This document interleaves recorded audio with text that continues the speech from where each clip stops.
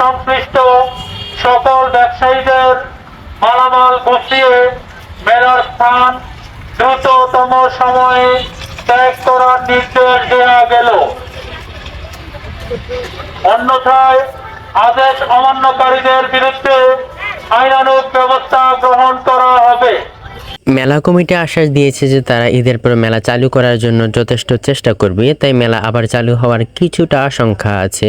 গত পরশু জুন মাসের 3 তারিখ আমি যখন দুপুরবেলা মেলাতে যাই, সেখানে গিয়ে দেখলাম যে মেলার 3টা গেটই বন্ধ। প্রথমে আমি বিষয়টা বুঝতে না পারলেও তারপর একটু সামনে গিয়ে একটা নোটিশ দেখতে পাই। সেই নোটিশটা দেখার পর আমার বিষয়টা ক্লিয়ার হয়। ওই নোটিশটাতে এমন লেখা ছিল যে হাজীগঞ্জের কুটির শিল্প মেলা মে মাসের 5 তারিখ থেকে মে মাসের 24 তারিখ অর্থাৎ 20 দিন হওয়ার কথা ছিল, বাট সেদিন ছিল জুন মাসের 3 তারিখ। তার মানে মেলাটা মেয়াদের চেয়ে আরো 9 দিন বেশি হয়ে গেছে। যাই হোক, কতটুকু বেশি হয়েছে সে ব্যাপারে আর কিছু বলবো না। সব মিলিয়ে কথা হচ্ছে যে প্রশাসন থেকে মেলাটা বন্ধ ঘোষণা করা হয়েছে। আর সাধারণ মানুষের যেহেতু মেলায় প্রবেশ করার অনুমতি ছিল না, তাই আমরা সামনের গেট দিয়ে না প্রবেশ করেই আমরা সার্ভিস গেট দিয়ে প্রবেশ করি। ভিতরে প্রবেশ করে বিনোদন মাঠের দিকে লক্ষ্য করতেই দেখলাম যে বিনোদনের সব জিনিসপত্র অলরেডি খোলার কাজ শুরু হয়ে গেছে। মেলার সামনের দিকে এসে দেখলাম যে মেলার মাঠের এই অবস্থা, একটা মানুষ তো দূরের কথা, একটা কুত্তা পর্যন্ত দেখা যাইতেছে না। মেলা যেহেতু বন্ধ ঘোষণা করছে, তাই আমরা আমাদের 3 পিস গোছাতে শুরু করছি। আর এই মেলাটা যেহেতু আগে থেকে বন্ধ ঘোষণা করা হয়নি, হঠাৎ করে বন্ধ করা হয়েছে, তাই সেদিন মেলা দেখার জন্য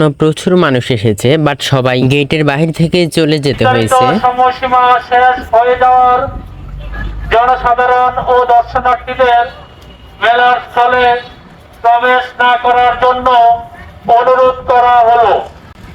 মেলার সংশ্লিষ্ট সকল ব্যবসায়ীদের মালামাল গুছিয়ে মেলার স্থান দ্রুততম সময়ে ত্যাগ করার নির্দেশ দেওয়া গেল।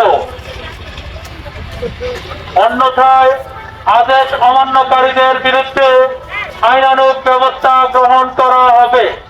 মেলা কমিটি আশ্বাস দিয়েছে যে তারা ঈদের পর মেলা চালু করার জন্য যথেষ্ট চেষ্টা করবে, তাই মেলা আবার চালু হওয়ার কিছুটা আশঙ্কা আছে।